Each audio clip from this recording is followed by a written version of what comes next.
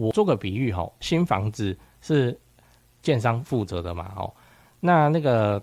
就像你现在在高速公路开车，大家车速都很快，你前方300公尺有一台车开在你前面300公尺那个就是建商所以你看它都还在加速，那表示前面的路况怎么样 OK 你看它开始那边踩刹车灯的话，你自己就要警觉了。我们做中古屋就有这个好，就是反正前面那个建商我就是盯它的刹车灯就对了。那刹车灯的很重要的信号是什么？就是土地取得。因为现在虽然法规有放宽缺工缺料什么的建造可以延期，但是现在不能再囤地了就是你买来一个土地，大概相关的整理什么的就要马上开始办了而且是很赶的状况就去办，不能像以前我买块地我就放着我就在那边养。好，所以建商现在还要买地，表示什么？表示你往前看300公尺，那他也往前看他的300公尺他认为还可以买。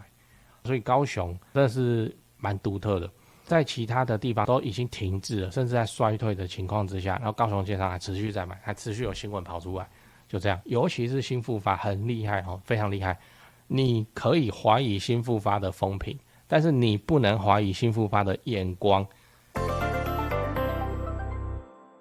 高雄在地闲聊高铁南延大爆发，7建商狂扫土地，每坪飙破300万，现在该上车吗？先说结论我觉得你是看高铁南延的话，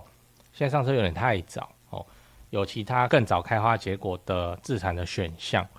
嗨，我是买房阿元，订阅买房阿元，我先祝你老了有房也有钱。我们上一支影片聊了老屋装潢要找谁，还没看过的话可以看一下。那今天我来跟你讨论建商疯狂在高雄裂地。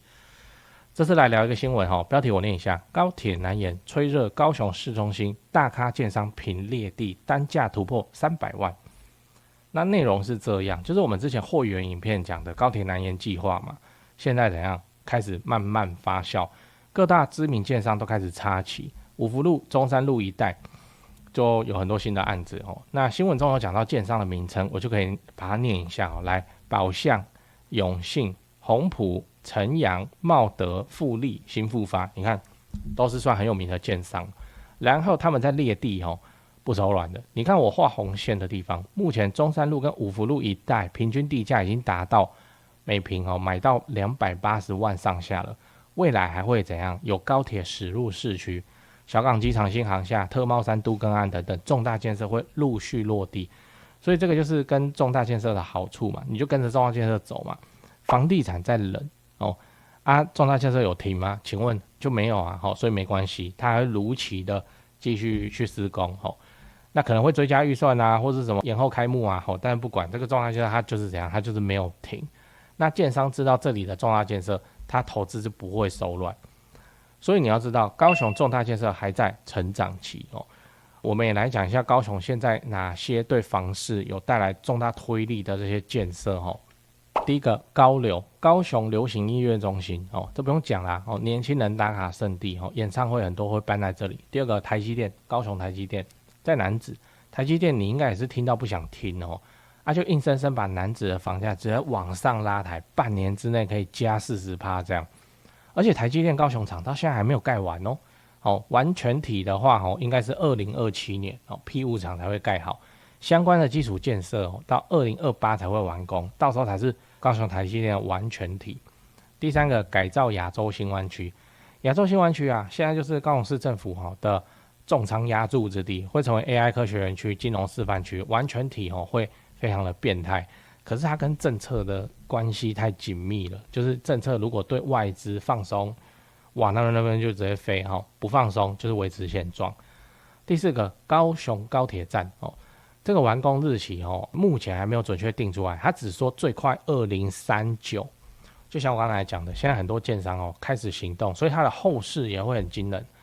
第五个，三大特贸区，就特贸1、特贸2、特贸3你最常听到的应该是特贸3然后还有富邦奥子里 BOT 案，这个快要盖好了预计大概可能2027最快就2027可以陆续开幕。它盖3个嘛，那个办公室百货公司跟旅馆，我个人认为办公室的那个进度应该是最快的然后就盖好就可以开始先上班了。最后你要知道现在自产该选哪边，最后我们还是来讲一下，如果你是这2年你要置产的话，哪一个重大建设应该会是你优先关注的目标？直接说结论哦，你就看哪一个地区是你买了以后你放满5年哦，放到第6年开始，然后要盖好而且发酵的。例如说高雄高铁站，他说盖到2039啊，这中间还可能有很多变数嘛。所以啊，你从现在你就进，然后就在那边放，没有不行哦，你只要有钱你都可以。可是啊，换算时间的话，其实你2033过去，你都还来得及嘛，因为它中间的变数确实还是相当的多。或是楠梓的台积电哦，它预计最后完全体的完工是2028哦，那你现在才要进，明显就太晚，对不对？所以这东西很准啊，就是那个更多更会算的建商哦，更会算的那个资产科，他们都算好了，就是提前去卡位。只不过台积电的那个新闻哦，确实是突袭式的，很多人还没准备好，想说那不是中油的那个57牛油厂吗？哦，袅袅的地方啊，怎么突然来个台积电哦？就这样。那当然，如果你就是钟爱台积电的话，哦，你还是可以进去。我没有说它未来哦会停滞或是怎么样哦，只是说它现在还不是完全体。然后你现在进去有一点晚，因为真的要上台积电的车早就上了，就是你现在进去成本会比较高哦。有没有其他更好的选择哦？更平价、更适合小资族的有，嘿，那你就买我的会员 YouTube 频道会员哦，我会在会员专属影片高雄重大建设这个播放清单里头会不断更新。内容扎实有料了哈，因为我自己会重复看好几次。我剪辑是我自己剪啊，就鸟鸟的，但是就真的就把我做了功课，用影片的方式呈现给你看，去现场拍这样。我影片里面也会直接说，你在哪一个重大建设附近置产的话，优先找哪一个区域，甚至是哪一个社区哦。反正就是我自己在做的功课哦，然后把它拍成会员影片来收钱这样。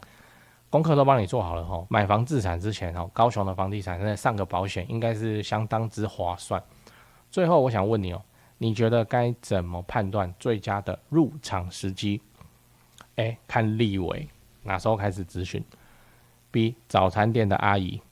？C 神明会跟我讲。哦，对哦，讲个题外话，就是现在的房地产市场很冷清啊，那让你感到害怕，不太敢继续置产。我的看法是这样哦。先说结论，现在是对高雄市低总价的中古屋而言，教科书级别的巴菲特，别人恐惧我贪婪时刻哦，真的哦，我没胡乱哦，因为高雄市的重大建设跟民间投资跟工作人口都还持续的在盖哦，在成长都没有停，2026年开始会陆陆续续的启用或是开幕，而且像台积电的正式上班人数嘛，也都还在成长中，还没有完全发酵。以现在的自产周期要出租放生满5年来看现在真的是比去年疯狂的去年还要美的进场时间点，我认真我这种重大建设旁中古屋的流派就是这里好，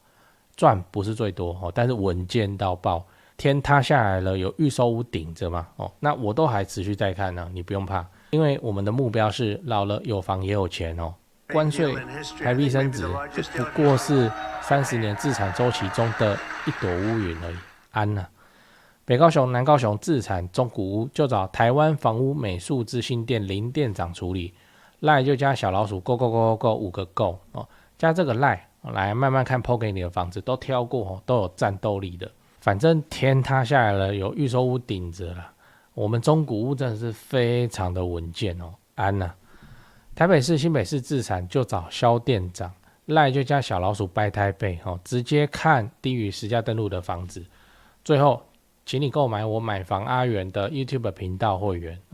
我会挑出能够拉抬房价的重大建设我的高雄自产作业就直接给你抄，1个月250块钱，自产高雄之前上个保险非常的便宜。你有购买会员的话，就我回答问题会详细也认真很多那通常会用到录音去好好讲，这样没有买的会员我就简答。老了有房也有钱，这个目标才是我们的追求。现在就点开资讯栏加入会员，直接开始抄作业。我是买房阿元，加入会员，祝你老了有房也有钱。讲八卦讲八卦，就现在全台那个房地产都很冷就是这样。可是高雄的建商还在裂地，台南的都停滞了那包含台中的也都停滞了，可是高雄建商还在裂地，一直没有停。我做个比喻新房子是建商负责的嘛那个就像你现在在高速公路开车，大家车速都很快，你前方300公尺有一台车开在你前面300公尺哦，那个就是建商。好，所以啊，你看它都还在加速，那表示前面的路况怎么样 ？OK 啊，你看它开始那边踩刹车灯的话，你自己就要警觉了。我们做中古屋就有这个好，就是反正前面哦那个建商，我就是盯它的刹车灯就对了。那刹车灯的很重要的信号是什么？就是土地取得。因为现在虽然法规有放宽缺工缺料什么的，建造可以延期，但是现在不能再囤地了就是你买来一个土地，大概相关的整理啊什么的就要马上开始办了而且是很赶的状况就去办，不能像以前我买块地我就放着我就在那边养。好，所以建商现在还要买地，表示什么？表示你往前看300公尺，那他也往前看他的300公尺啊，他认为还可以买。所以高雄这是蛮独特的。在其他的地方都已经停滞了，甚至在衰退的情况之下，然后高雄建商还持续在买，还持续有新闻跑出来，就这样。尤其是新复发很厉害非常厉害。你可以怀疑新复发的风评，但是你不能怀疑新复发的眼光。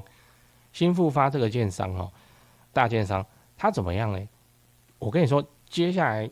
不是接下来，是早就已经是这样，就是建商已经出现了大者恒大的局面嘛，对不对？中小建商很辛苦啊，大概都是这种头号大建商，新复发啦、远雄啦、国泰啊这种的。好，那新复发是怎么样？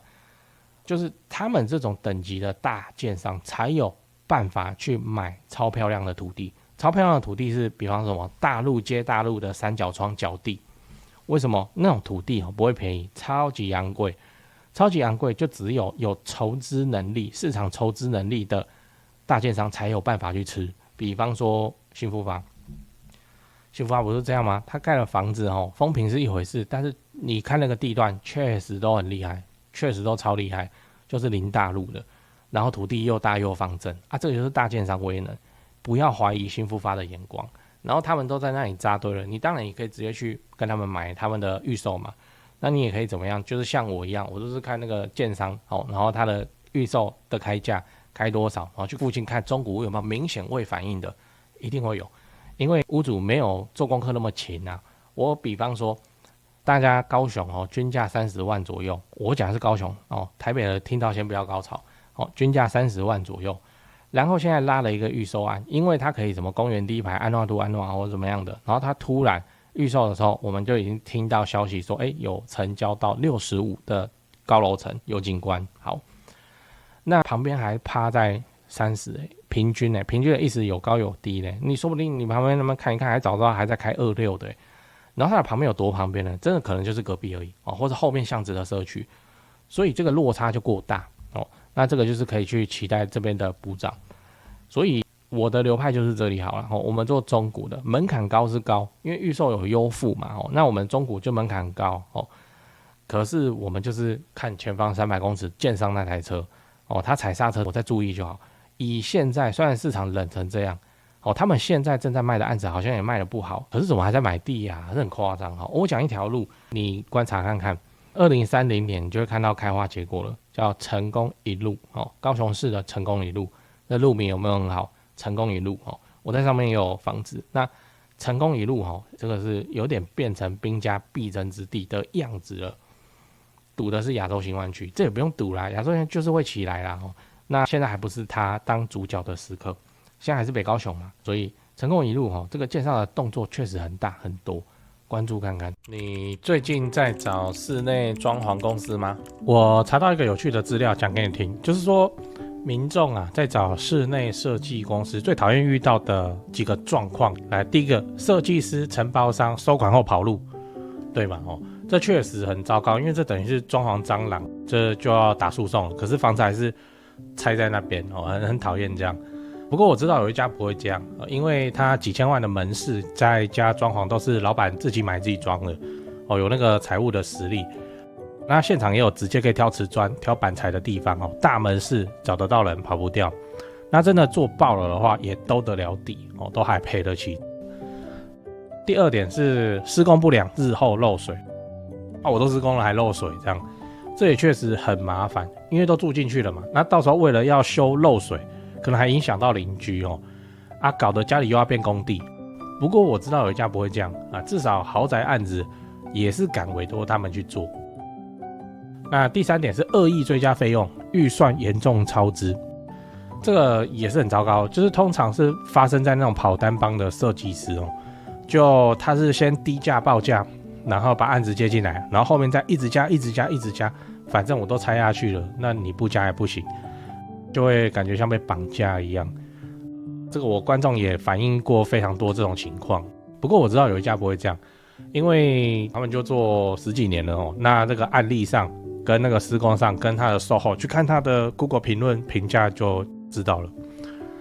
你刚刚看到的画面哦，全部都是他们家以前施工做过的案例照片，接下来我都放完工后的照片给你看。先说结论哦，台北市、新北市地区的朋友，反正就是泸州，他们店在泸州，泸州开车30-40分钟之内可以到的地区，那家里要装修或者自产的要装修，就找这一家室内装修公司先问问看，汉一室内装修，因为我有认识老板，那又加上很多双北的朋友在请我推荐室内设计公司，双北哦，什么老屋翻新啊、隔套啊、老公寓啊、预售屋、交屋要整理要收租的，我就推荐这一家汉一室内装修。汉一陈老板案件经验非常丰富，他给我历年来的施工照片，案场超过100场照片超过27000多张，我都不知道怎么挑那加这个 LINE 可以跟助理先描述你的需求，甚至直接传屋况的照片，初步谈一谈之后应该就会去丈量了室内设计是这样就你找谁不是找，就是找而已嘛，就是怕被骗怕被敲而已嘛那我推荐我信任汉一陈老板，那你的房子要装潢那就找汉一室内装修，先加他们先去问一下。双北装潢就找汉一室内装修，买房阿元推荐，总是比在外面乱找还要安全一点。现在就加 LINE 的 ID 是小老鼠HANYI 汉一。